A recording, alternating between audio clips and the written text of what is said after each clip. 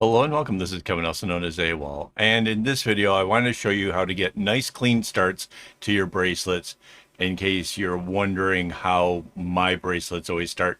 I do this typically before I start the other videos, so it's kind of maybe something you had missed. Now, I've slowed this down quite a bit because I realized that in reviewing the footage I did, that my hands kind of moved quickly and I didn't want you to miss out.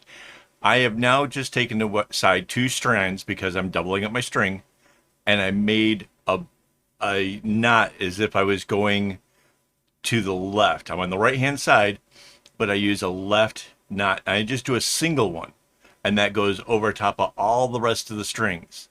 And then that gets laid aside so that way that string doesn't get touched again until we start knotting. Now I pull out two more strands because again, doubled up string, and I do another left over what is remaining.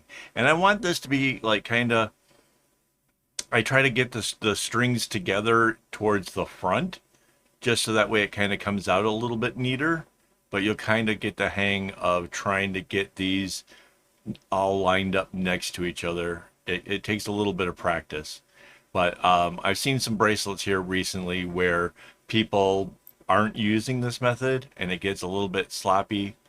And yeah, I'm just really trying to help you guys. It gives it a really nice presentable edge. So here it is, just a single left.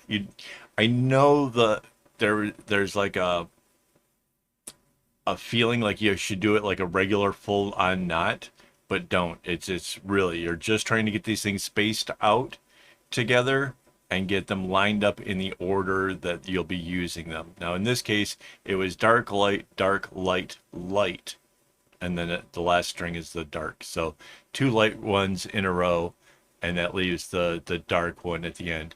The one at the end you don't worry about, you go on to the other side. There it goes.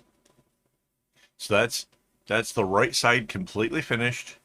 And now I will do the same thing to the left hand side, except for in this case, it's as if we were doing a right knot, right? We want the strings to come over to the right. So my first thing is I find my two dark strands.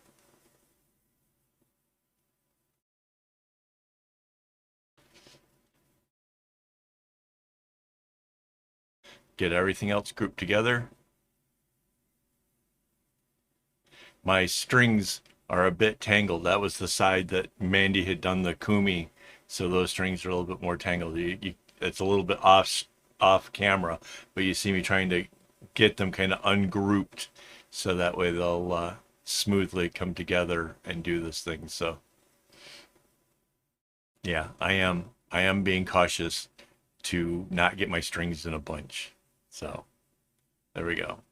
The two light strings, again, I'm just making, it's like the figure four, pull it up and through, and then slide it up to the top. Really simple, guys. It really changes the way the bracelet looks. It makes all of the beginning knots like better spaced together than just letting it go kind of random. If it goes random, it's like just after the loop, the top part, I like to call it the shoulders of it because it kind of comes down like shoulders. That part can be a bit sloppy if you aren't doing this and you're just taking the strings in the order and letting them kind of go anywhere.